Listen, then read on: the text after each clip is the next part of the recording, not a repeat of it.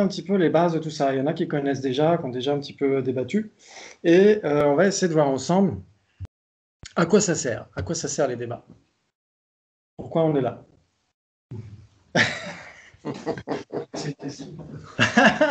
Pourquoi on est là? Donc vous avez déjà tous entendu le fait que dans la tradition bouddhiste, on a besoin d'accumuler les mérites, on a besoin d'accumuler la sagesse, on a l'aspect émotionnel, l'aspect cognitif, c'est très important. D'autant qu'il y a énormément de phénomènes qui existent qu'on ne perçoit pas directement. Il y a beaucoup de choses qui existent qu'on ne perçoit pas directement. On a besoin de l'inférence, on a besoin de déduire logiquement tout ça.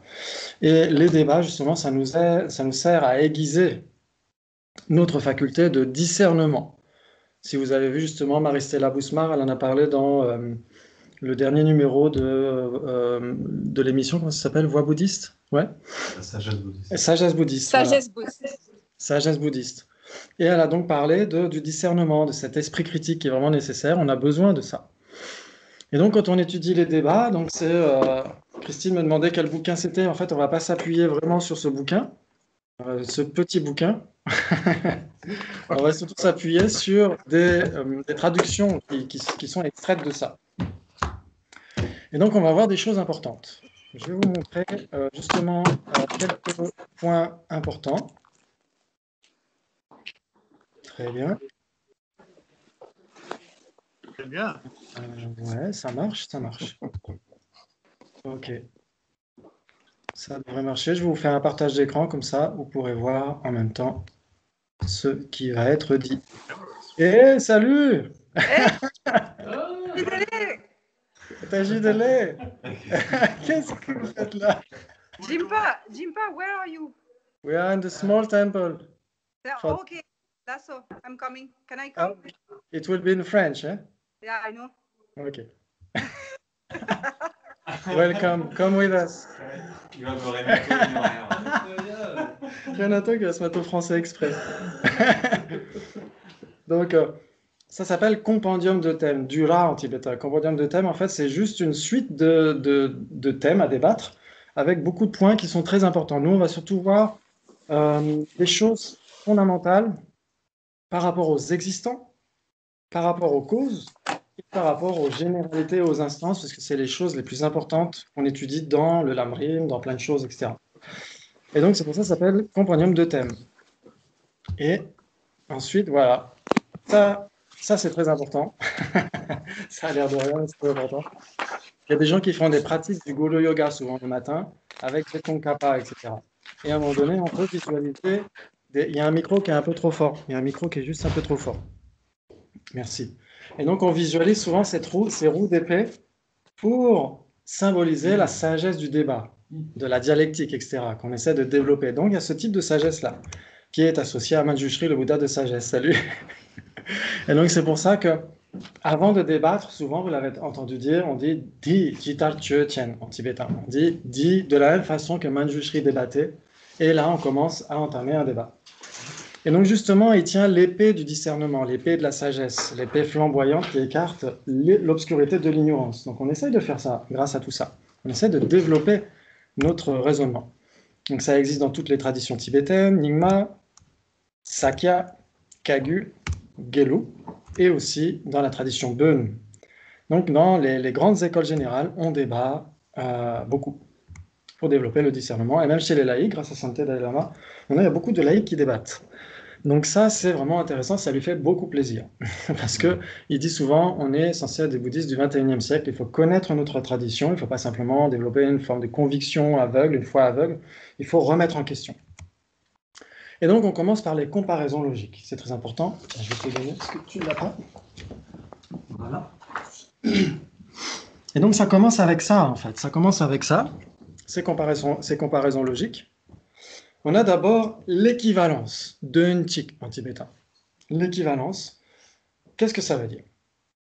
Qu'est-ce que ça veut dire? A et B ici sont équivalents, ça veut dire qu'ils sont différents et ils ont les 8 portes de l'implication. Ça, vous l'avez vu? Ouais, à moitié? Ouais, enfin, ça dépend. On ne l'a pas trop travaillé en profondeur, on les a abordés une fois. Mais... Ouais, d'accord. Après, c'est plus du cas par cas. Ok. Ouais, d'accord, très bien.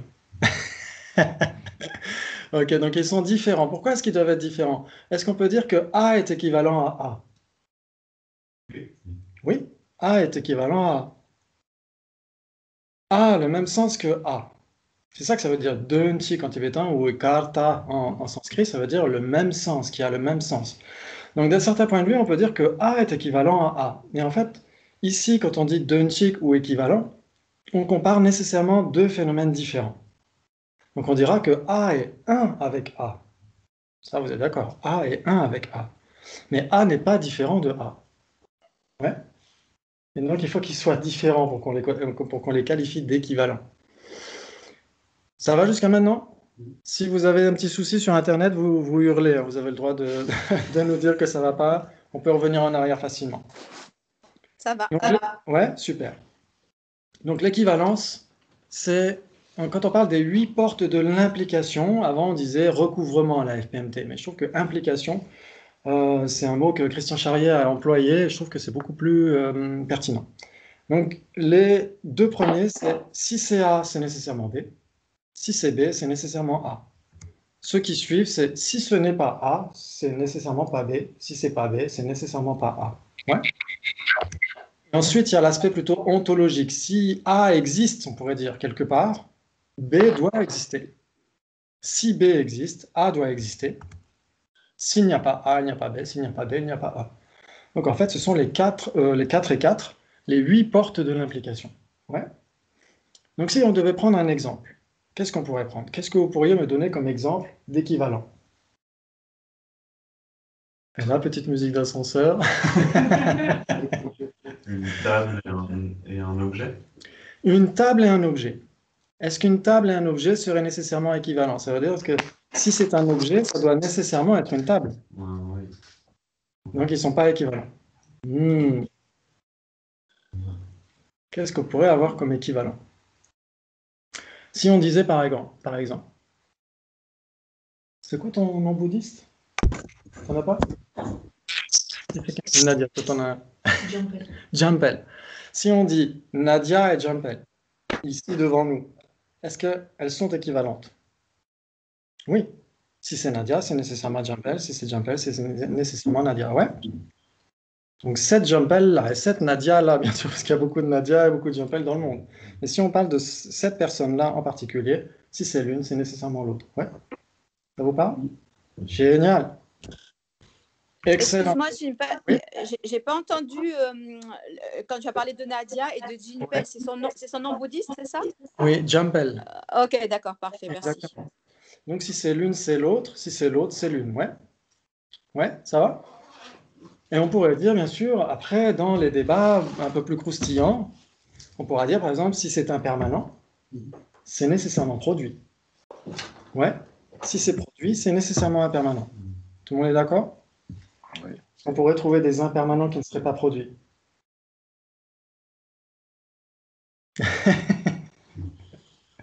Non, on pourrait pas. Donc ça veut dire qu'en effet, si c'est impermanent, c'est nécessairement produit. On le verra dans la suite, quand on verra les bases établies, quand on verra les existants, les impermanents et les permanents, on verra qu'il y a des équivalents. On pourra en trouver quelques-uns. Mais là, normalement, c'est assez simple. Ouais. Ensuite, on a la contradiction ou l'exclusion mutuelle, gawa en tibétain. Et donc là, les deux cercles sont totalement sans contact. Si c'est A, c'est nécessairement pas B. Si c'est B, c'est nécessairement pas A. Ouais. Et donc la définition, c'est Tade Ranshi Shitu Mesiba. Ils sont différents et il n'y a aucune base commune entre les deux. Qu'est-ce qu'on pourrait donner comme exemple? Il y en a beaucoup. Une carotte et une pomme. Une carotte et une pomme sont différentes. Ouais. Pourquoi? Une carotte n'est pas une pomme et une pomme n'est pas une carotte. Exactement. Il n'y a pas de pomme carotte. Tout à fait. Et donc, il n'y a aucune base commune. C'est-à-dire qu'il n'y a aucun phénomène qui soit à la fois une pomme et une carotte. Ouais. C'est des végétaux. Alors, c'est des végétaux. Très bon argument de Benjamin à ma gauche. Très bon argument. C'est des végétaux. Est-ce que ça voudrait dire que végétal serait une base commune entre pomme et carotte? On a le droit de le dire. Et on a... Ah, alors oui, Jérôme dit oui. Donc, végétal serait une base commune entre pomme et carotte. C'est-à-dire que végétal est à la fois une pomme et une carotte. les deux. Ça peut être les deux. Ah, ça peut être les deux. Mais est-ce que c'est les deux? Parce que végétal, si on dit par exemple, un arbre est un végétal, si c'est un végétal, c'est nécessairement une pomme, une carotte. Donc, un arbre est une pomme et une carotte. Donc ça, c'est intéressant. C'est intéressant. Donc en fait, en effet, on peut dire que pomme et, c'était quoi, carotte, sont des instances d'une généralité végétale, mais ça ne veut pas dire que ces deux instances aient une base commune. Il n'y a rien qui puisse être les deux. C'est comme Michel et Barack Obama. Il n'y a rien qui puisse être les deux. Et pourtant, ils sont dans une même généralité, couple, etc. Ça vous parle jusqu'à maintenant? Ouais? D'accord. Ouais? Ça vous parle? Ouais? Mhm. Pas tout à fait. Pas tout à fait. Très bien. Donc, qu'est-ce qu'on pourrait donner comme autre exemple? Est-ce que permanent et impermanent auraient une base commune, par exemple? Oh. Non? Non. Non. Le temps. Il n'y a rien Non. qui passe. Quoi? Le temps. Le temps. Ah, Hmm. le temps. Le temps serait à la fois permanent et impermanent. Il pourrait y avoir deux caractéristiques antinomiques en même temps. Non, non, c'est pas possible. Jérôme dit non. Ouais, c'est pas possible. En fait, le temps, c'est impermanent. C'est un composé non associé, ça doit être impermanent. Ça change d'instant en instant. Excellent. Donc, on ne peut pas trouver, par exemple, une table et une chaise. Une table n'est pas une chaise n'est pas une table, etc. Il n'y a pas de base commune entre les deux. C'est ça que veut dire base commune, c'est que ça puisse être les deux. S'il y a une base commune entre deux phénomènes, à ce moment-là, ils ne sont nécessairement pas contradictoires. Si on dit, par exemple, table et chose, est-ce qu'il y a une base commune entre table et chose? Oui. Ah, Ils sont composés. oui, il y a une base commune, par exemple. Le fait qu'ils soient composés. Alors ça, c'est le même argument que Benjamin. Mais en fait, base commune, c'est pas ce que partagent en commun deux phénomènes, c'est pas ça. Base commune, c'est ce qui serait les deux phénomènes en même temps. Ouais. Donc, par exemple, si on a table et chose, si on prend cette table ici, est-ce que c'est une table? Oui. Est-ce que c'est une chose? Oui. Donc, cette table est une base commune entre table et chose. Donc, c'est ce qui est à la fois et les deux. Mais base commune, ça ne veut pas dire que deux phénomènes partageraient, enfin, une caractéristique qui serait partagée par deux phénomènes. C'est pas possible. Une caractéristique partagée par plusieurs phénomènes, ce sera une généralité. Et ça, on les étudiera plus tard. Ça va jusqu'à maintenant? Ouais? Super. Si ça va trop vite, n'hésitez pas. Donc, par exemple, est-ce qu'une femme poisson existe? Non. Ben oui, on a la preuve. Ce truc-là, je l'ai bien choisi. Donc, la preuve, elle existe.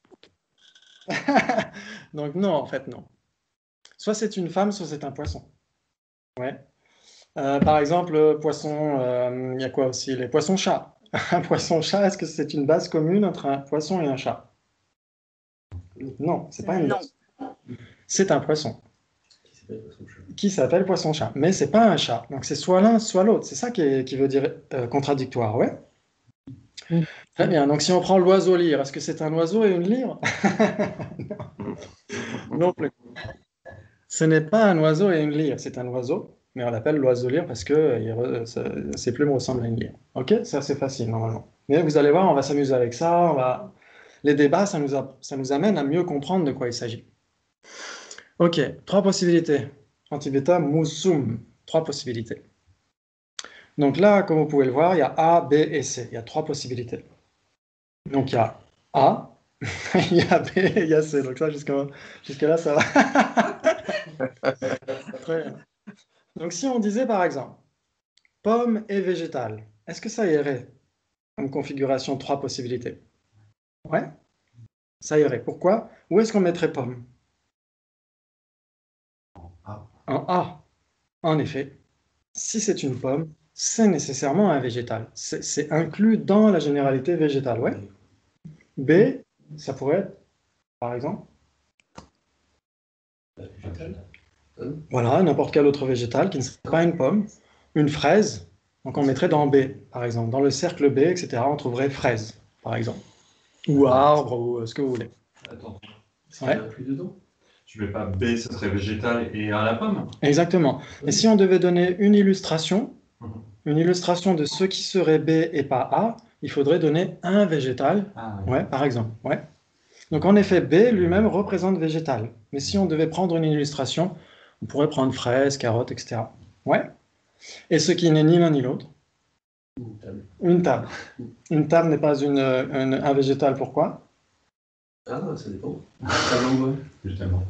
Alors, est-ce qu'une table en bois est un végétal? Ah. Donc on va dire une table en courgette. C'est peut-être une table en bois. Bon, ça ne durerait pas très longtemps. Et une table en bois, ça dure plus longtemps. Très bien. Est-ce qu'une table en bois est un végétal? Non. Pourquoi? Non. Pourquoi? Qu'est-ce qu'un végétal? On va dire que c'est quelque chose de vivant, mais le bois, on voit. Vivant. C'est vivant. Quand est-ce que c'est Végétal, on va dire. Hein? Ta tomate, elle est retirée du tomatier. Oui, Est-ce qu'elle est considérée comme vivante ou comme... très bonne question. Donc, pourtant, c'est toujours un végétal. Et ça croît, le végétal, il est en croissance. Oui, on peut dire ça, en effet, tout à fait. Juste. Est-ce que la tomate est en croissance? Oui, elle peut continuer de croître, de rougir, etc. sur l'étal. Bon, en tout cas, c'est une bonne question, oui. Enfin, c'est encore vivant quand on mange des fruits et des légumes. Oui, Par contre, là, si on prend une table en courgette ou en bois, ça devient une matière. oui, Enfin, je sais pas. Ouais, Ouais, tout à fait. C'est une question de définition. exactement. Très bien. Donc, si on prend une table en pierre, comme ça, on réussit. Donc, dans C, on dit table en pierre, est-ce que ça joue? Est-ce que table en pierre et végétal sont contradictoires? Oui. Pourquoi est-ce qu'ils sont contradictoires? Non, pas de base commune. Exactement, génial. Ils sont différents et il n'y a pas de base commune. Excellent. Donc c'est pour ça que pendant les débats, on répète beaucoup les choses. On répète, justement, intégrer tout ça. Génial. Nous, vous avez compris qu'il y a une contradiction flagrante entre table en pierre et végétal. Parce que les deux sont différents, il n'y a pas de base commune. Ouais. 3 possibilités, ça va? Ça roule? Ça roule tout seul? Ouais. Génial. Très bien. Maintenant, Mouchi, 4 possibilités. 4 possibilités. Donc là, il y a aussi une base commune, mais il y a aussi quelque chose qui appartient exclusivement à C, mais pas à B. Il y a quelque chose qui appartient exclusivement à B, mais pas à C. Et il y a quelque chose qui n'est ni l'un ni l'autre. Qu'est-ce qu'on pourrait donner comme exemple? Normalement, sur le papier, vous avez un exemple. Le dernier, vous avez rouge et la couleur d'un fruit, je crois. Ouais, très bien. Donc rouge est la couleur d'un fruit. Si on prend B ici, ce serait rouge. C, ce serait la couleur d'un fruit. Quelque chose qui serait à la fois les deux. Facile.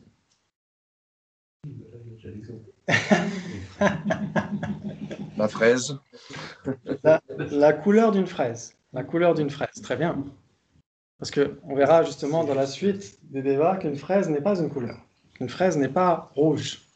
En fait, la couleur d'une fraise est rouge. Ouais, mais ça on le verra après, ne vous inquiétez pas. Très bien, donc quelque chose qui serait les deux, la couleur d'une fraise, c'est rouge. Enfin, si la fraise est mûre, bien sûr, c'est rouge et c'est la couleur d'un fruit. Ouais. Maintenant, ce qui serait rouge, mais pas la couleur d'un fruit. Le nez d'un clown. Le nez d'un clown. Donc la couleur du nez d'un clown. La couleur du nez d'un clown est rouge, mais n'est pas la couleur d'un fruit. Maintenant, la couleur d'un fruit qui n'est pas rouge, facile. La couleur d'une poire. La couleur d'une poire n'est pas la couleur... N'est pas... C'est quoi? Qu'est-ce qu'on a dit? La couleur d'une poire jaune. Hein? Ouais, pardon? Ouais. Donc on a dit ce qui serait la couleur d'un fruit, mais pas rouge. Parce que la couleur d'une poire, c'est la couleur d'un fruit, mais c'est pas la... Est-ce que c'est toujours besoin d'être un fruit? C'est sur D? D, oui, on peut mettre ça, en effet. Si on c'est prend... pas un fruit, non, D, pardon, alors. si on prend B, c'est B. Jaune, par exemple. La couleur d'un fruit jaune. Exactement. La couleur d'un fruit jaune, c'est la couleur d'un fruit, mais c'est pas rouge. Parce que c'est jaune. Ouais, génial. Et ce qui n'est ni l'un ni l'autre, ce qui est D. Facile. Non, on va rester sur la table en pierre. Non. Voilà, la table en pierre. La table en pierre n'est ni rouge, ni la couleur d'un fruit. Excellent. Excellent. Ça va jusqu'à maintenant? Oui. Ouais, très bien. Donc, est-ce qu'il faut qu'on aille plus loin pour l'instant? Est-ce qu'on va voir les différentes réponses qu'on devrait pouvoir donner ou pas? Ça dépend de vous. Si vous voulez qu'on creuse un peu le sujet, on peut creuser un peu le sujet de ces comparaisons logiques. Sinon, on peut commencer à voir des choses un peu plus croustillantes par rapport à comment est-ce que le dialogue se fait entre celui qui pose la question et celui qui défend une thèse. Et là, on entend la musique d'un harmonica quelque part. On va essayer de voir certaines comparaisons. On va essayer de débattre avant, pour bien comprendre déjà tout ça. On va essayer de débattre et on va essayer de voir des choses sur justement les bases établies. Où est-ce que c'était? C'était là-dedans, certainement. Sur les bases établies. Et donc on va essayer de voir un peu la présentation Sautrantika, parce que souvenez-vous qu'ici on est du point de vue Sautrantika qui a un point de vue très spécifique. Voilà, ici. C'est ça que je voulais vous montrer, c'est très important. On a l'élément le plus vaste, en fait. Quand on plante le décor de la philosophie bouddhiste, on s'appuie d'abord sur le Sautrantika, parce que c'est très important. Il y a des points qui vont être acceptés partout. Et il y a d'autres points qui vont être remis en question, qui vont être modifiés, voire même complètement remis en question. Surtout quand on étudie les phénomènes impermanents. Quand on étudie les phénomènes impermanents, pour les Sautrantika, on les appelle des phénomènes spécifiquement caractérisés, soit Lakshana ou Ransen en tibétain. Si on a bien compris de quoi il s'agit, un phénomène qui existe de son propre côté, etc., on a compris la cible du Prasangika, on a compris la cible de Nagarjuna. Donc c'est pour ça qu'il faut d'abord bien comprendre ce qu'on évoque dans ces écoles-là. Et donc là, planter le décor de la philosophie bouddhiste, ça commence par les différentes présentations. On a l'élément le plus vaste, c'est le non-soi. Le non-soi personnel. C'est un non-soi personnel. Ce n'est pas un non-soi des phénomènes pour les Sautrantika. Si c'est une école du véhicule fondamental, ils n'acceptent que le non-soi de la personne. Ils vont dire que la table, c'est un non-soi de la personne. Pourquoi? Christine doit le savoir, elle l'a entendu ce matin. Parce qu'ils n'acceptent pas le non-soi des phénomènes. C'est quelque chose qui réfute. Exactement. Exactement. Pour eux, les phénomènes ont un soi. Pour eux, les phénomènes ont un soi, ont une existence véritable de leur propre côté, etc. Ils vont pas aussi loin que les Chitamata ou les Madhyamika, ils vont pas se dire non, non, la table n'existe pas de son propre côté, etc. Si, bien sûr qu'elle existe de son propre côté. Elle existe sans qu'on y soit pour quelque chose. Elle vit sa vie de table, tranquille, de son propre côté. Et donc, ils vont dire que ce qui est un non-soi, c'est le non-soi de la personne. Il n'y a pas de personne autosuffisante et substantielle, il n'y a pas de personne qui puisse, comment dire, posséder les agrégats, qui pourrait survivre aux agrégats d'un certain point de vue. On pourrait le voir comme ça. Et donc, vu qu'il n'y a pas de moi autosuffisant et substantiel, il n'y a pas d'objet d'usage d'une personne autosuffisante et substantielle. Ouais? Ouais? Génial. Donc ça veut dire que cette table est un non-soi personnel. Ce n'est pas un objet d'usage d'une personne autosuffisante et substantielle. Mais ils n'iront pas jusqu'à dire que cette table est vide d'existence véritable. Sinon, on serait nihiliste pour eux. Donc c'est ça le non-soi. Ça veut dire que ça existe ou non, c'est un non-soi. Ça veut dire qu'une corne de lapin n'existe pas. Et donc, elle n'existe pas en soi, vu qu'elle n'existe pas. Ouais. Et donc, on a les non-existants. Et on a les existants, c'est ça qui nous préoccupe en particulier, mais les non-existants sont aussi très importants parce que justement, c'est pas nécessairement se poser la question du Père Noël, Tintin, etc. Est-ce qu'ils existent ou pas? Bon, ça, c'est moins important. Mais c'est surtout, du point de vue de la philosophie bouddhiste, l'ignorance fondamentale qui nous fait tourner dans le samsara, c'est le fait d'adhérer à quelque chose qui n'a jamais existé. Et donc, il faut pouvoir s'attaquer à ça. Donc c'est pour ça que c'est si important de comprendre aussi pourquoi on a cette explication des existants et des non-existants. Donc existants est scindé en deux, les permanents et les impermanents. Donc vous voyez ici qu'il y a un degré, il y a des échelles de valeurs. Le plus vaste, c'est le non-soi, Après, il y a existant. Dans existant, c'est scindé en deux, permanent et impermanent. On pourrait diviser les existants en d'autres divisions. On pourrait dire entre un et différent, par exemple. Si ça existe, c'est soit un, soit différent, ouais. Par exemple, est-ce que la table et la table qui est devant moi sont différentes? Tu veux Non. dire la table ou une table? La table et la table qui est devant moi. Oui, elles sont différentes. Pourquoi? C'est un concept, et Mhm. l'autre, c'est l'objet en lui-même. Enfin, c'est l'objet perçu directement, on va dire. Alors, on pourrait dire que les deux sont perçus directement. La table et la table devant Oui. moi sont perçus directement. Oui. Mais qu'est-ce qui fait la distinction? C'est le concept, c'est le sujet lui-même qui va faire une distinction conceptuelle. Ouais. Et donc, la distinction, dès l'instant où il y a une distinction conceptuelle, il y a une différence. Il y en a une qui est perçue par le sens de l'œil et l'autre qui est perçue par le sens de par la conscience mentale. Oui, exactement, tout à fait. La table qui est devant moi, c'est plus discursif, conceptuel, etc. En effet. Donc du côté du sujet, on va faire une distinction, la table et la table qui est devant moi, mais du côté de l'objet, c'est le même objet, c'est la même entité en fait qui est devant nous. Et donc là, il y a quand même une distinction conceptuelle. Dès l'instant où il y a une distinction conceptuelle, c'est la condition minimale et suffisante pour dire qu'il y a une différence. C'est-à-dire que entre Jambel et Nadia, il y a une différence. Même si on pointe du doigt l'objet lui-même, la personne en question, c'est une seule et même personne. Mais qui est distinguée conceptuellement. Ça, c'est intéressant.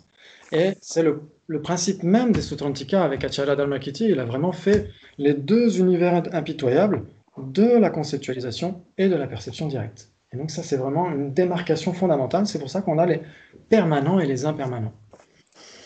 C'est une autre division des existants. On pourrait dire, une autre division des existants, c'est cette table et tout ce qui n'est pas cette table. Pourquoi pas? Ou tout ce qui est Benjamin et tout ce qui n'est pas Benjamin. C'est aussi une division exhaustive de tous les existants. C'est-à-dire que si ça existe, ça doit rentrer dans l'une des deux cases. Ouais. Mais bien sûr, la liste de tout ce qui n'est pas Benjamin est beaucoup plus longue que tous les Benjamins. Ouais. Excellent. Donc là, si on regarde un petit peu ce qu'on a vu tout à l'heure par rapport à équivalence, contradiction, trois possibilités, etc., quelle serait la relation logique entre permanent et impermanent? Contradiction. Exactement. Il n'y a rien qui puisse être à la fois permanent et impermanent. Excellent. Génial. Qu'est-ce qui serait la relation logique entre existant et permanent?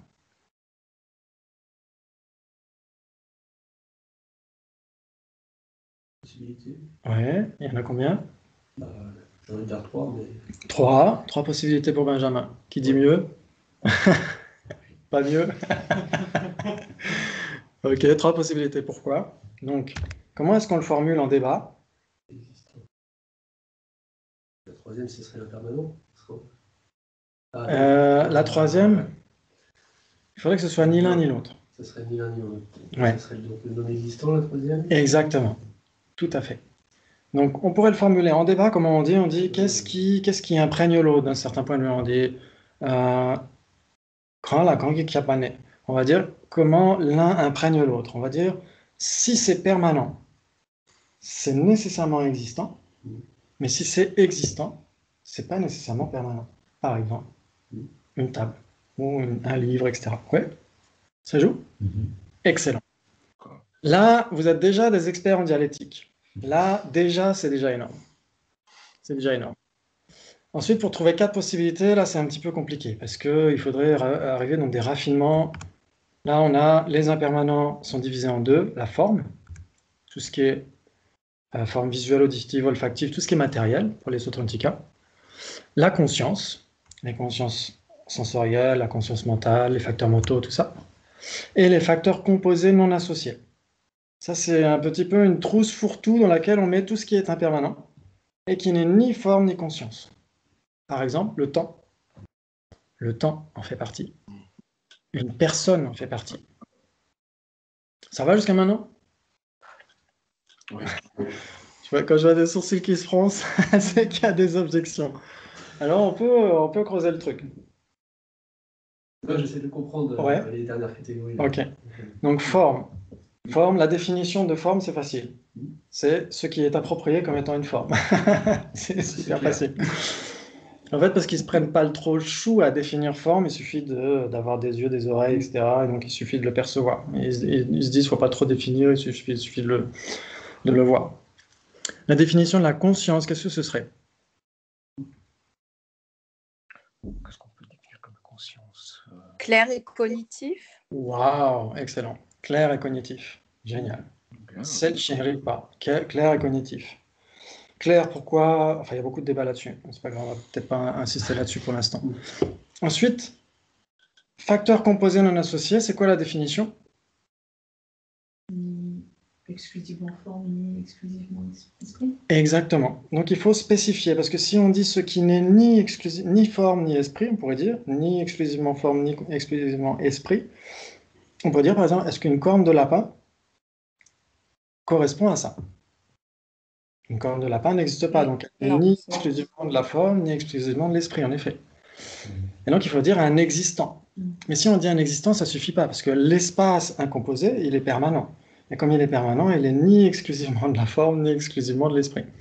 Donc il faut encore être plus spécifique, il faut dire une chose produite, ou un impermanent, qui n'est ni forme ni conscience. Dans ce cas-là, ça va. Dans ce cas-là, on tient la route. Parce que sinon, ça prête sujet à des débats. Si on dit, en effet, si on disait par exemple un facteur composé non associé n'est ni forme ni conscience, à ce moment-là, on dirait une plume de tortue serait un facteur composé non associé. Ouais, ça joue. C'est un existant, donc ce n'est pas de. Exactement. Ce serait une conséquence, en fait. C'est souvent comme ça que fonctionnent les débats. On adresse une conséquence à la personne qui défend une thèse pour essayer de mettre à mal sa thèse, en fait. Parfois, elle tient bien, et parfois, on a besoin de préciser des choses. Donc c'est pour ça que les définitions servent à ça, en fait. Les définitions, c'est ce qui nous permet de circonscrire des phénomènes par rapport à d'autres, de faire des distinctions conceptuelles. Ouais. De faire des distinctions conceptuelles pour essayer d'arriver à des choses beaucoup plus profondes, telles que le non-soi, la vacuité, etc., qui n'apparaissent pas à nos yeux. Donc on a besoin d'employer la raison pour y accéder, au moins au début. Peut-être qu'après, on aura des perceptions yogiques directes et on pourra les percevoir directement, mais au début, on a besoin de faire un portrait robot conceptuel. Ça va jusqu'à maintenant? Ouais? Super. Excellent. Donc si on pose la question maintenant, combien de possibilités entre forme et conscience?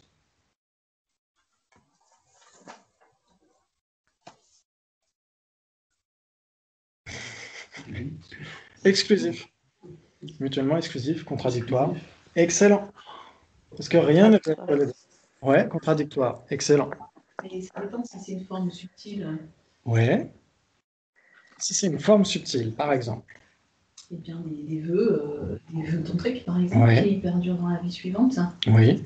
Donc là, on serait dans un rapport d'inclusion. Alors, c'est une très bonne question.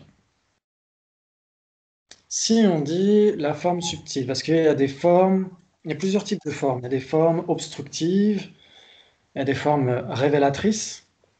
Celles qui sont révélatrices et obstructives, c'est une table. Une table, c'est obstructif et c'est révélateur. Ça veut dire qu'on l'aperçoit directement. Il n'y a pas besoin d'une clairvoyance, etc. Et il y a des formes qui sont obstructives, mais qui ne sont pas révélatrices, qu'on ne perçoit pas comme ça avec nos yeux. Par exemple, les facultés dans les yeux, dans les oreilles, etc. On dit que c'est de la forme claire, qu'on ne perçoit pas directement avec nos yeux. Les facultés qui sont au sein des organes. Et les formes qui ne sont ni obstructives ni révélatrices, il y a des débats là-dessus. Il y a l'autocommentaire de l'Abhidharma Kosha de Vasubandhu qui dit les formes qui ne sont ni révélatrices ni obstructives sont classifiées dans les phénomènes sources. Les phénomènes sources, c'est les phénomènes qui sont appréhendés par les consciences mentales. Et donc, dans ce cas-là, c'est difficile de dire, du point de vue des Sautrantika en tout cas, que ce serait de la forme. Par exemple, en rêve, on perçoit du bleu, du rouge, etc. Mais est-ce que c'est vraiment du bleu et du rouge? Est-ce que c'est de la forme physique? Non. C'est de la conscience d'un certain point de vue. C'est une hallucination la plupart du temps, le rêve. Et donc, on appelle ça un phénomène source. On a les formes sources, les sons sources, les odeurs sources, les saveurs sources, les tangibles sources et les phénomènes sources. Les phénomènes qui sont perçus par la conscience mentale. Et donc ces vœux-là, normalement, c'est des formes non révélatrices pour les Sautrantika. Et pour les Prasangika, je crois que c'est aussi de la forme. Alors, dans quoi on catégoriserait par exemple des hallucinations Ouais, très bien, très bonne question. Donc, comment est-ce qu'on classerait les hallucinations olfactives gustatives? Il y a quand même une perception qui apparaît. Exactement. Il y a quelque chose qui se passe du côté du sujet. Il y a quelque chose qui se passe du côté du sujet. Donc, on ne peut pas nier qu'il y ait quelque chose du côté du sujet. Il y a nécessairement une conscience. Et il n'y a pas d'objet. Parce que, imaginons que... Cognition non valide. Exactement. Non seulement une cognition non valide, parce qu'il y a des cognitions non valides qui réalisent leurs objets. Par exemple, une cognition subséquente. Qu'est-ce qu'il y a aussi? Ouais, c'est surtout les cognitions subséquentes. Les cognitions subséquentes, on en reparlera plus tard, vous inquiétez pas. Mais on pourrait dire une cognition fausse. Une cognition fausse. Par exemple, vous êtes en Inde et vous savez qu'il fait chaud, qu'il y a des serpents qui se baladent un peu partout, il fait un peu sombre, vous voyez une corde par terre, qu'est-ce que vous voyez? Hop, un serpent. Donc vous avez peur, etc. Donc s'il y a une réaction émotionnelle, c'est qu'il y a un événement mental qui est là, qui dit il y a un serpent. L'événement mental existe, on ne peut pas le nier. Ou on pourrait dire l'ignorance fondamentale existe, on ne peut pas le nier. Mais ce que conçoit cette conscience ou ce que appréhende, entre guillemets, cette conscience, ça par contre, ça n'existe pas. Donc dans ce cas-là, le serpent en lieu et place de la corde, qu'est-ce que c'est dans tout ça? Est-ce que c'est un impermanent, une forme, c'est quoi? Si on dit un serpent alors que c'est qu'une corde, c'est quoi? Toujours une forme. Ce serait une forme. Si c'est une forme, elle existe. Une forme existe. Oui. Une conscience? C'est une conscience. Le serpent serait une conscience. Donc il existerait parce que la conscience existe. La conscience existe. Si on dit le Père Noël existe parce que quelqu'un est là pour dire qu'il existe, ça veut dire qu'on dirait la paix dans le monde, et la paix dans le monde existerait parce qu'il y aurait une conscience qui penserait à la paix dans le monde. Ce serait génial. Donc qu'est-ce que c'est alors dans tout ça, le serpent? Une cognition erronée. Alors, la cognition elle-même, elle existe. On va dire c'est l'objet d'une cognition fausse. Et l'objet, entre guillemets, parce que objet, chez eux, objet, ça veut dire existant. Donc on est obligé de dire l'objet appréhendé par la cognition fausse qui l'appréhende. On est obligé d'employer tout un truc très compliqué pour éviter d'avoir à dire que c'est un objet, parce qu'un objet, c'est un existant. Et donc c'est un non-existant, le serpent. En lieu et place de la corde, pas en général. On ne dit pas que les serpents n'existent pas. On dit le serpent en lieu et place de la corde n'existe pas. Mais l'erreur existe. L'hallucination existe. La perception distordue existe. Ouais, génial. Excellent. Et donc dans ce cas-là, le serpent, il n'y a pas de forme, etc. C'est juste la corde. La forme de la corde existe. Elle est prise à tort pour être un serpent. Génial. Donc si on a ça déjà, là on a une présentation très générale, on a encore un peu de temps, super. Ok, donc si vous voulez, on peut déjà commencer dans les choses un peu intéressantes par rapport aux bases établies. Ça vous dit? Ouais. Et on verra les syllogismes et les conséquences peut-être plus tard, parce que ça c'est un peu trop compliqué pour l'instant. On va essayer de voir ça. Donc les bases établies, on les a quelque part. Ici. Voilà. Et on va voir ça ensemble. Donc c'est les existants.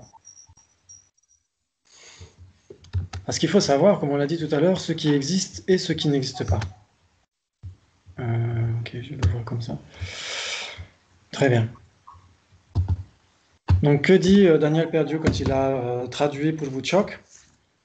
Il dit, afin de comprendre le non-soi, justement, c'est comme vous l'avez vu tout à l'heure, c'est l'élément le plus vaste. Il est nécessaire de comprendre les phénomènes qui sont les bases du non-soi. Donc phénomène égale existant. Ça, c'est valable dans toutes les écoles bouddhistes. Base établie est équivalente aux mutuellement inclusives. Ouais. Oui. Vas-y. Non, pardon. Excuse-moi, parce que comme ça me vient tout en anglais. Ouais. Oui. Je traduis dans Ouais, tu J'essaie fais de la retrouver. traduction simultanée. C'est du Tu le veux chinois. en anglais? Je l'ai là. Hein. Oh, C'est page. Attends, je vais te dire ça. Page 269-270, comme ça. Ah, super. Voilà. Ça me met une gymnastique. 260. 269-270. Ok, super, merci. Et le tibétain pour Nadia. Comme ça, on a ce multipass. Multiple. Ouais. Base établie, Shiju en tibétain. Shido. Shiju. Et mutuellement inclusive avec connaissable, Sheja. Et existant, Yoba. Phénomène, Che. Shelja, objet de compréhension. Objet, Yul. Objet de compréhension d'une conscience omnisciente, Namkeng et Sheja. Et phénomène caché, Kogyur. Donc vous allez voir qu'on peut apprendre à débattre là-dessus assez facilement. Donc tout ça, c'est inclusif. Ça veut dire que vous prenez la colonne de gauche, c'est ce qu'on appelle les definiendum, les objets à définir, les definiendum. Et à droite, c'est les définitions, c'est ce qui définit cela. Ouais. Vous pouvez piocher n'importe lesquels, ils sont tous équivalents. Tous équivalents. Ouais. Prenez existant avec connu par une conscience, ça joue, c'est équivalent. Vous les piochez tous les uns à la suite, vous les avez tous comme étant équivalents. Si c'est l'un, c'est nécessairement l'autre, et vice-versa. Ça vous parle jusqu'à maintenant? Donc, le serpent de tout à l'heure, est-ce que c'était inconnaissable? C'était pas inconnaissable? Non. Non, non, nous dit Jacques. Pourquoi? Parce que, en fin de compte, c'est une hallucination, c'était une vue fausse. Oui.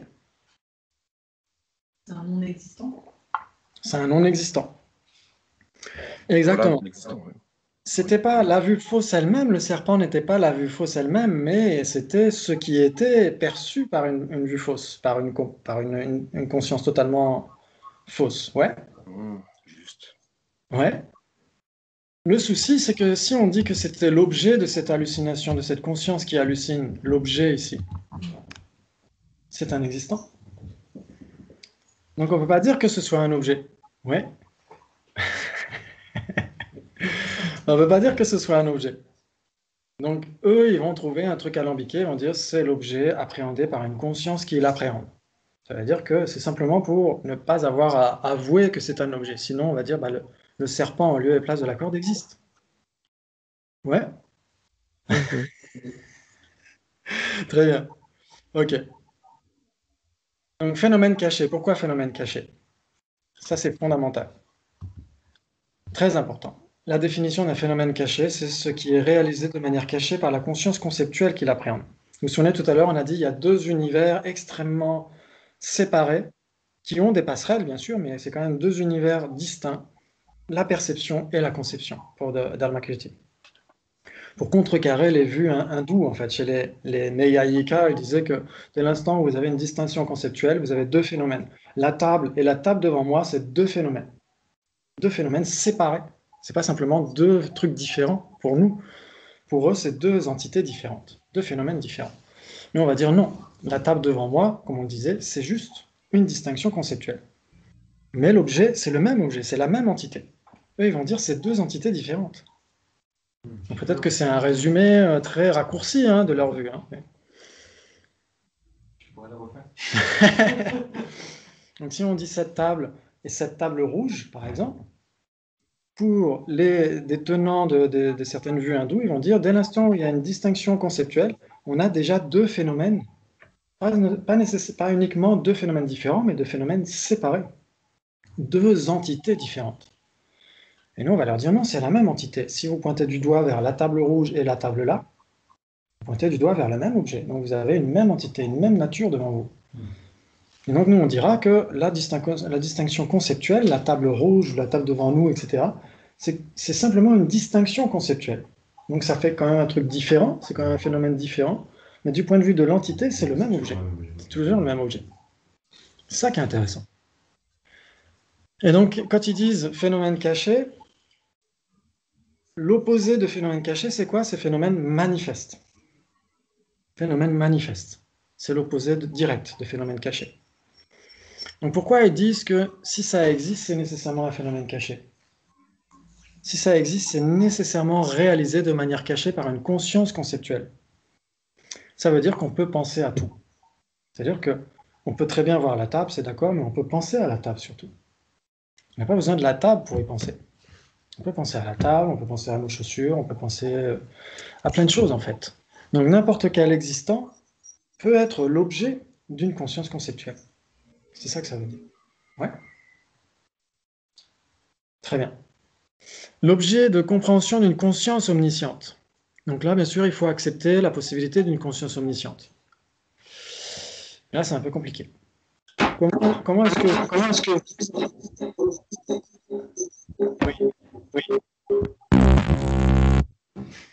Oui.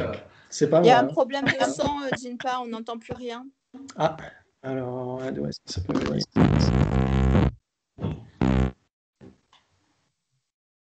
Et là, Peut-être qu'il faut que les gens coupent les micros, ça fait du larcin. ah, ok, ouais. Il y a peut-être des micros trop forts, ouais, c'est possible. Ça va mieux? Ok, ça a l'air d'aller. Oui, merci. Super. Très bien. Peut-être couper le micro, en fait. Ouais, Pour juste écouter. exactement. Vous pouvez simplement l'allumer pour hurler bien fort, pour nous dire qu'il y a quelque chose qui ne va pas. Très bien. Donc là, l'objet de compréhension d'une conscience omnisciente. Pourquoi, en fait, c'est si important? Parce que il y a souvent cet exemple de l'arbre qui tombe en forêt, personne n'est là. Est-ce que l'arbre est vraiment tombé ou pas? Qui peut avoir la certitude qu'il est vraiment tombé? Si par exemple, il y a un éclair dans le ciel et qu'il n'y a personne qui est là pour l'entendre, est-ce qu'il y a eu un son ou pas? Si on renverse la question, on pourrait dire est-ce que parce qu'une conscience n'appréhende pas un phénomène, est-ce que ce phénomène n'existerait pas? Exactement. On pourrait dire ça. Par exemple, si on claque des doigts comme ça, il y a le son, il met combien? Il met 300 ou 400 mètres par seconde, quelque chose comme ça, non? Et donc, on a claqué des doigts, le son, il a mis un certain temps pour arriver à notre oreille. Et donc, quand il venait juste de sortir des doigts, le son, est-ce que c'était déjà du son ou pas? Parce qu'il n'y avait encore personne pour l'entendre. C'est quoi la définition d'un son? C'est quoi la définition d'un son?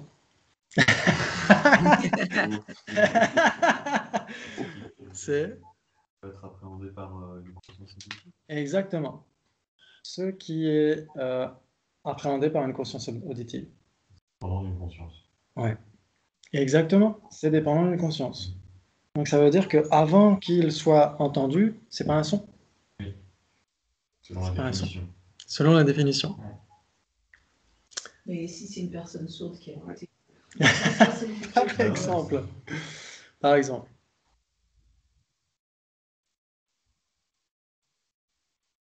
Donc si c'est pas un son avant qu'il soit entendu, les Chalais Authentica, ils disent que les formes extérieures sont les causes de nos consciences. C'est-à-dire que c'est la condition objectale de nos consciences. La condition objectale, c'est une condition, et la condition existe avant son effet.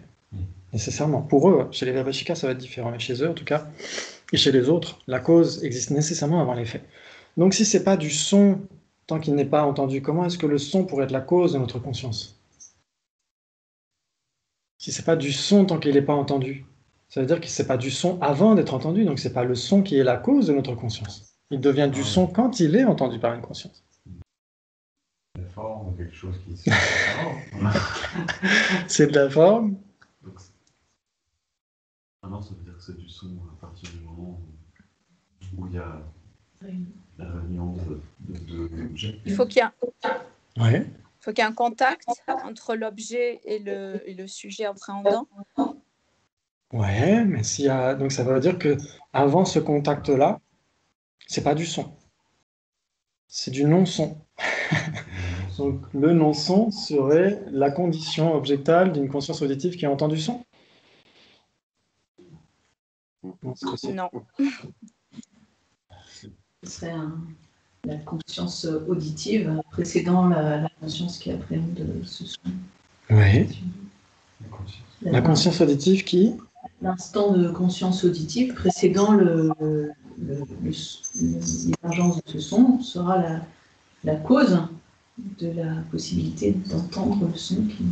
Aussi, c'est pas contradictoire. Il y a 3 causes nécessaires pour une perception sensorielle ou même mentale, ou même conceptuelle, on va dire, une conscience conceptuelle. Il y a 3 conditions. La condition objectale, la condition souverainement commune, qui est la faculté correspondante, et un moment de conscience immédiatement antérieur. C'est ça qui va être la cause substantielle, c'est ça qui va donner la conscience qui appréhende cet objet. Donc on a ces 3 conditions nécessaires, comme pour une pousse, on a besoin de la graine, de la pluie, de la lumière, etc. Donc on a ces 3 conditions qui surgissent, et paf, quand elles se rencontrent, on a la pousse. Là c'est pareil pour la conscience auditive, on a l'objet, la faculté et un instant de conscience immédiatement antérieur, les 3 se rencontrent, paf, on a une conscience visuelle, auditive.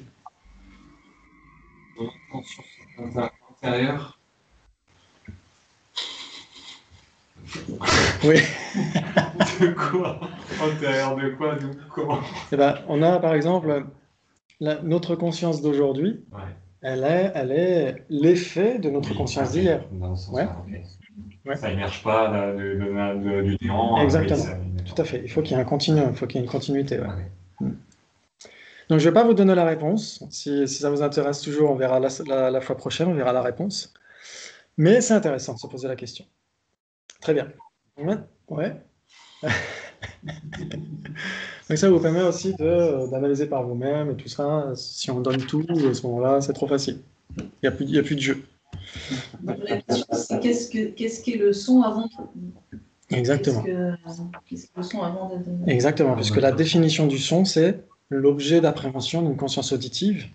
Et donc, avant qu'il soit appréhendé par la conscience auditive, est-ce que c'est du son ou pas? Si c'est pas du son, on ne peut pas dire, voilà, qu'est-ce que c'est?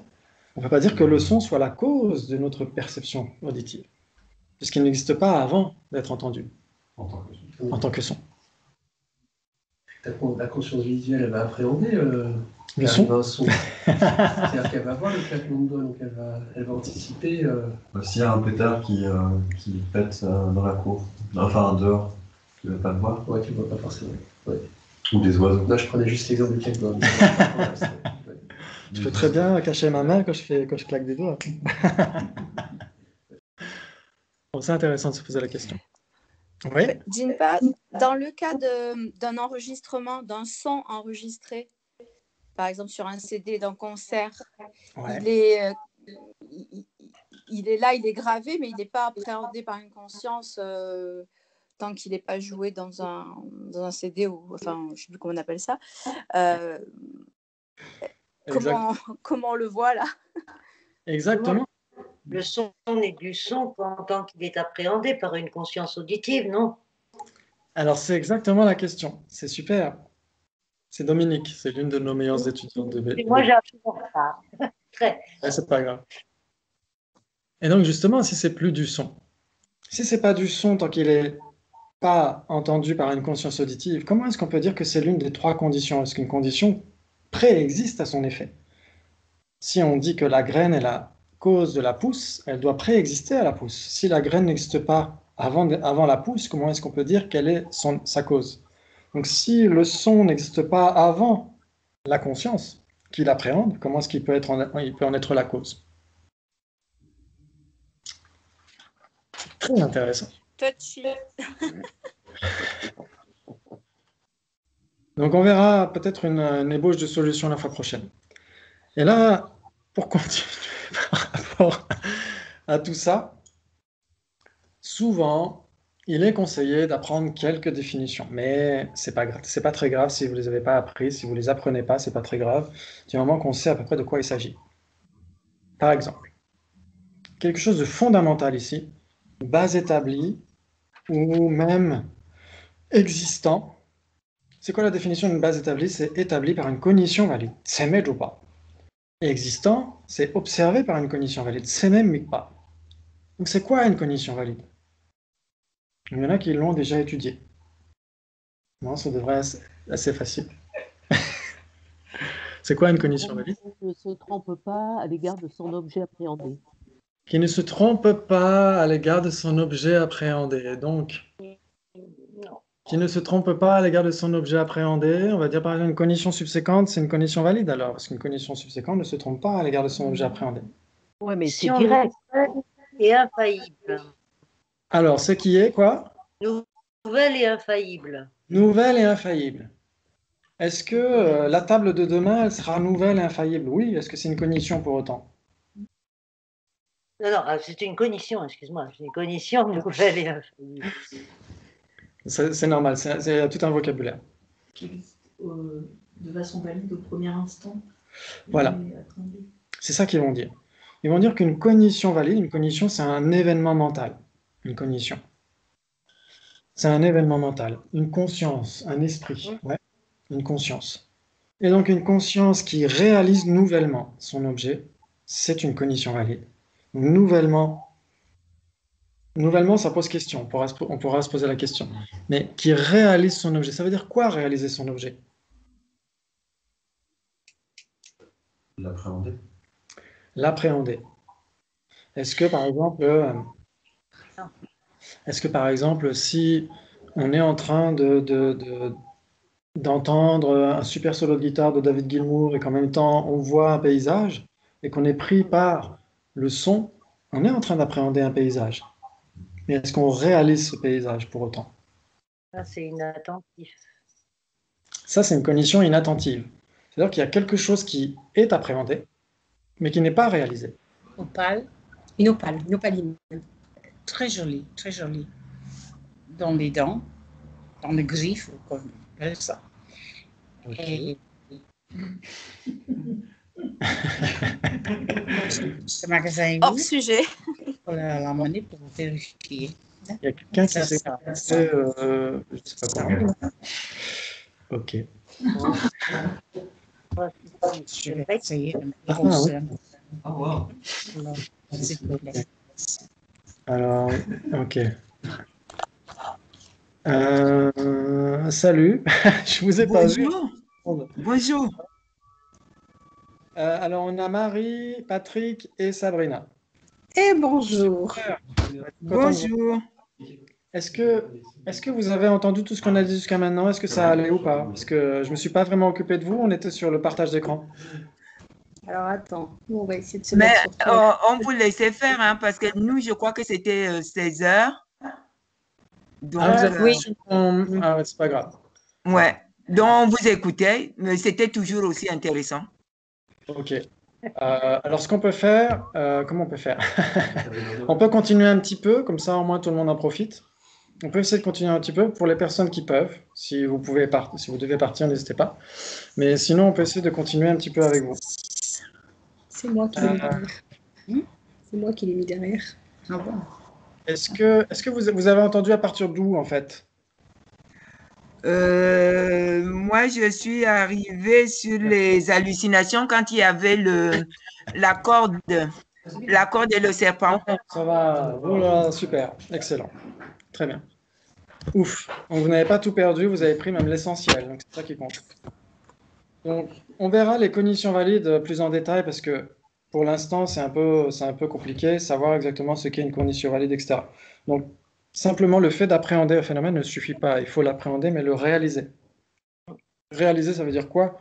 Ils vont dire « chedun topa ». Ça veut dire obtenir ou atteindre l'objet identifié. Ça veut dire que si vous avez sur la table votre téléphone et votre tasse de thé, si vous dites bah, « tiens, je dois appeler quelqu'un », si vous saisissez votre tasse de thé, est-ce que vous atteignez votre objet identifié ou pas? Non, pas vraiment. Ça fait rire Michael. Et donc, et inversement, si vous saisissez votre tasse pour appeler quelqu'un, ça va être compliqué. Donc, identifier l'objet, ça veut dire quoi? Ça veut dire trancher les surimpositions. Trancher les surimpositions. C'est ce que dit Achala Dharmakirti, il dit Dordok Cheva. Trancher les surimpositions. Donc, ça veut dire trancher la surimposition comme quoi ce ne serait pas une tasse. Ouais? Hein? C'est ça? Dordok Cheva, exactement. Excellent. C'est ça une conscience qui certifie, qui identifie, qui réalise son objet. Ça veut dire que si par exemple vous apprenez l'alphabet, au début on a une surimposition par rapport à ce qui serait A, puis B, puis C. Et quand on apprend A, B, C, on tranche les surimpositions sur ce qui est A, B, C, etc. Donc c'est comme ça qu'on arrive à comprendre, réaliser, etc. Et donc si on réalise nouvellement, pour les Sotrantika, on a en effet une cognition valide. Parce que eux, ils interprètent pramana en sanskrit, pra comme étant premier. Alors que les prasangika vont dire c'est principal. C'est pour ça qu'ils ont une distinction ici. Mais ça, on le verra plus en profondeur une fois prochaine parce que j'ai peur que ça fasse beaucoup d'informations. Ouais, ok. Très bien. Donc, on va plutôt revenir sur les choses importantes qu'on a vues aujourd'hui. Est-ce que pour vous, c'est clair ce que veut dire équivalence? Si c'est pas clair, c'est pas grave, on peut y retourner, il n'y a pas de souci. C'est clair pour tout le monde, équivalence? Qu'est-ce qui serait équivalent, par exemple? Qu'est-ce qu'on pourrait dire qui serait équivalent, par exemple? Oui. On pourrait dire l'existence, l'interdépendance et l'existence dépendante. Ils sont un peu équivalents. Alors, en effet, si on prend le point de vue des Prasangika, ça pourra le faire. Mais les Sautrantika, eux, ça leur échappe totalement. Pour eux, il n'y a pas de vacuité. Pour eux, il y a juste le non-soi. Pour les Sautrantika, ils n'ont pas encore été jusqu'au bout, etc. Ils vont dire à Nagarjuna, ils vont dire, mais vous êtes nihiliste. C'est ce qui, dans le chapitre 24, c'est ce qu'ils lui disent. Ils disent, pour vous, il n'y a pas les 4 vérités, il n'y a pas les 3 joyaux, etc. Parce que pour vous, vous affirmez la vacuité. Et Arya Nagarjuna va leur dire, parce que vous réfutez la vacuité. Pour vous, il n'y a pas les 4 nobles vérités, il n'y a pas les 3 joyaux, etc. Ce qui est doué d'existence inhérente ne peut pas exister. Et donc, mais pour eux, ça les dépasse, les Sautrantika. Ça les dépasse, ça dépasse toutes les écoles, sauf les Prasangika, en fait. Donc, en fait, qu'est-ce qui pourrait être équivalent? On pourrait dire, par exemple, existant et objet. Par exemple. Impermanent et produit. Existant et objet. Il y a un objet, existant, il n'y a pas forcément d'objet. Alors, c'est un très bon argument. S'il y a un existant, il n'y a pas forcément un objet, mais en fait, quand on entend objet, qu'est-ce que ça veut dire exactement? Objet de la perception. Ça veut dire... Exactement. Qu'est-ce que ça veut dire, objet? Exactement. Ce qui est connu par une conscience. Il y a quelqu'un qui a dit oui. Ce qui est connu par une conscience. Il y a toujours le partage d'écran ou pas? Vous voyez? Vous voyez le truc que je partage? Non, moi je vois pas du tout. Okay. Moi, j'ai pas du tout de partage d'écran non plus. Hein. Okay. Non plus, mais bon, c'est pas grave. Peut-être parce que vous êtes arrivé en suite, c'est pourquoi vous n'avez pas eu le partage. Non, il est. Là, c'est bon. Super, excellent. Donc ici, on a objet ici. Donc objet, c'est sûr que nous, en général, quand on l'entend, on a une tasse, une table, etc. Pour nous, c'est ça un objet. Mais chez eux, c'est connu par une conscience. Le Riparjawa, ce qui est connu par une conscience, c'est nécessairement un objet. Donc le serpent de tout à l'heure, ça ne pouvait pas être un objet. Ça ne pouvait pas être connu par une conscience. Très bien. Ouais. Ensuite, il y a objet de compréhension. Tout ça, sur le chat du Skype, je vous enverrai le texte, comme ça vous aurez tout ça. Et donc, on essaiera de débattre prochainement sur justement ces différentes choses, etc. Est-ce que si c'est un objet, c'est nécessairement connu par une cognition valide, etc. Donc, ça nécessite bien sûr de comprendre un petit peu tout ça. Mais on y ira pas à pas, il ne faut pas aller trop vite. Il y a des gens qui ont déjà étudié tout ça, donc pour eux, ils vont s'ennuyer un peu. Mais si on n'a pas encore étudié tout ça, on va vraiment trouver de l'intérêt à se poser ces questions-là. Parce que, comme on l'a dit, les définitions ici, apprendre les définitions, essayer de comprendre les définitions, c'est essayer de voir jusqu'où s'arrête un phénomène et jusqu'où commence un autre phénomène. Et donc, de faire des raffinements conceptuels. Au début, c'est que conceptuel, mais au bout d'un temps, j'imagine que ça devient une réalisation directe. Et pour nous, on n'a pas le choix. On n'a pas le choix de commencer par la conceptualisation. Et donc, on verra par la suite qu'il y a cette distinction. Vous vous souvenez, on a eu existants. Au sein des existants, il y a les permanents et les impermanents. Et donc, justement, tous les impermanents ont aussi des équivalents. Choses, impermanents, produits, composés, causes, etc. Donc ça, vous l'aurez aussi, je vous l'enverrai aussi.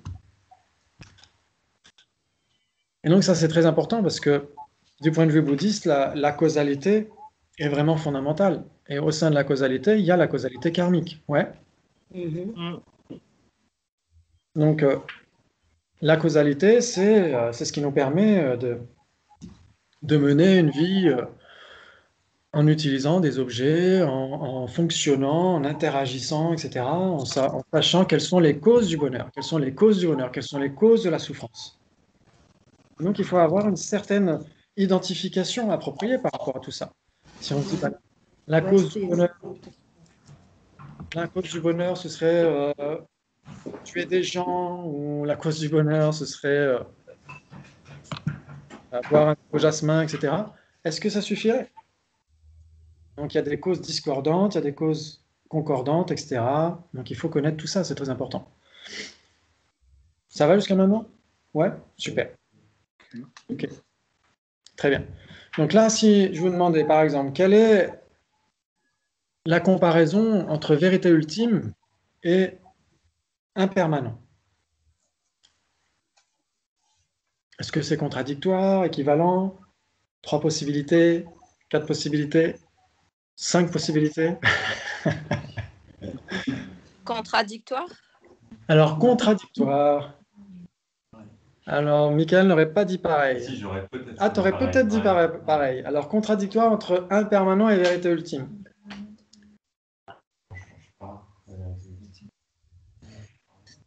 Alors, Il y a des rapports d'un c'est pas contradictoire. Alors, on a... la vérité ultime, elle est permanente puisque c'est une vérité ultime. Donc, forcément, elle ne va pas bouger. Ça dépend de l'école qu'on étudie. Ah, ça dépend de l'école qu'on étudie. Ah oui, ça dépend de l'école où là, moi. Ouh là là. On est dans quelle école aujourd'hui? Alors, Sautrantika qui suit le raisonnement.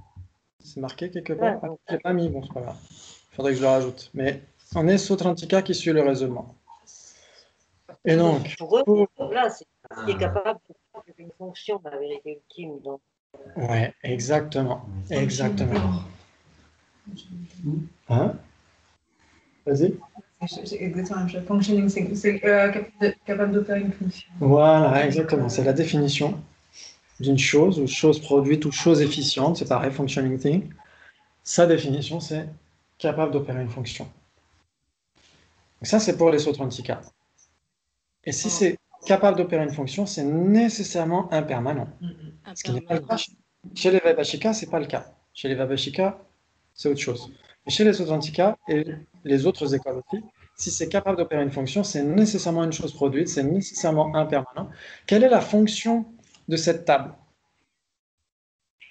C'est porter des objets.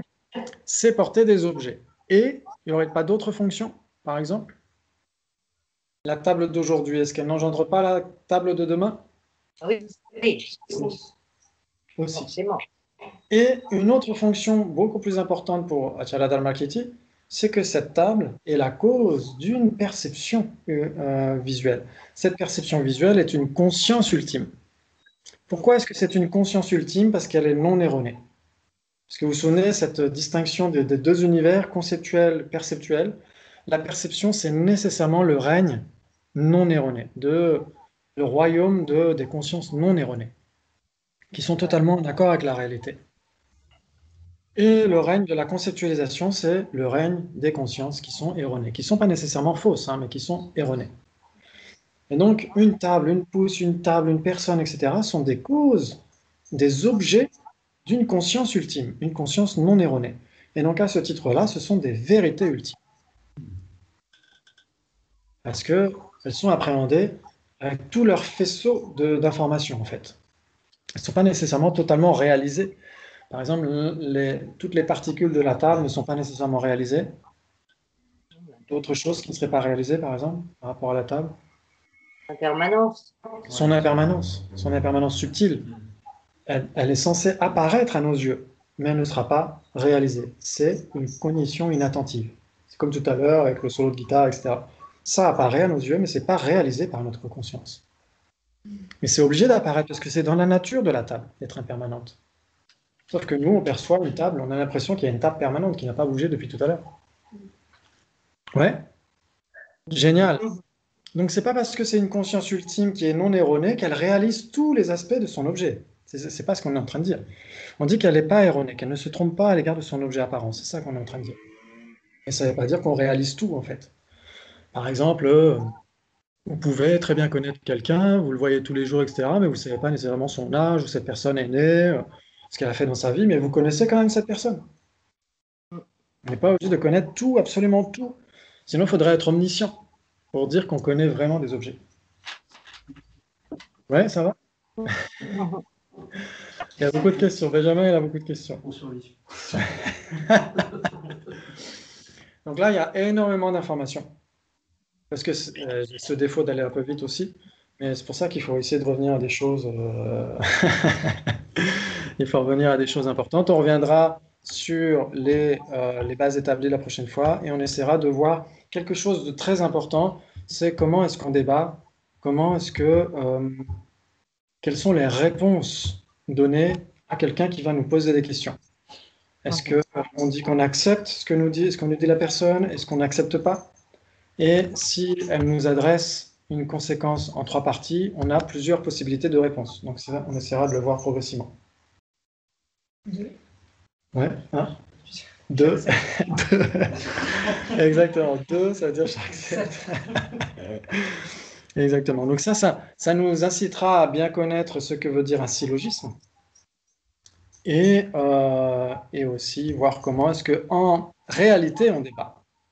Pas nécessairement avec toute la gestuelle, etc., parce qu'il y a toute une gestuelle, mais ça, c'est pas... Je ne trouve pas que ce soit primordial. Le plus important, c'est le raisonnement, la voie du raisonnement. Et donc, on verra ça progressivement si vous êtes toujours intéressé. En tout cas, merci beaucoup, parce que c'est pas facile. Il y a plein de choses qui sont nouvelles. Il y a tout un vocabulaire, tout un jargon. Et une fois qu'on a passé cette première vague, après, ça va déjà c'est déjà plus cool. Ouais, c'est déjà une belle vague. On va rejoindre la sirène et on va se faire avec ça. Voilà, c'est super. Merci à vous. Jimpa, excuse-nous, mais tu nous avais donné comme horaire 16h, 17h, alors je ne comprends pas. Voilà, alors j'ai renvoyé un mail, mais je ne suis pas sûr que vous ayez reçu un mail pour corriger, pour dire que c'était 15h, 16h. Vous ne l'avez pas reçu? Mais... Je l'ai pas vu. Non. Mais moi, j'ai cru entendre ce genre de choses et c'est pour ça que je me suis dit, je ne sais pas, il me semble que j'ai vu ça, j'ai recherché, je n'ai pas revu. Et donc, je me suis mise à 15h30 pour dire que si jamais je me suis trompée, je suis au moins au milieu. Exactement, tout à fait. Très bonne idée. Et donc, vous retrouverez de toute façon le début de la vidéo sur YouTube. Donc, vous avez le droit, bien sûr, de couper votre caméra si vous préférez ne pas être reconnu par tous les médias. Mais sinon, voilà, c'est sur YouTube et vous pourrez regarder le début de la vidéo pour voir de quoi on a parlé, etc. Il y a les diapos, les premières diapos et tout ça. OK? Et donc, sinon, c'est bien 15h, 15h, 16h, ouais? Ok, super. Merci à tous. Merci beaucoup, c'est super. Merci. Merci. Merci. Ciao, ciao. Ciao, ciao. C'est là. Ah bah oui, on chatte.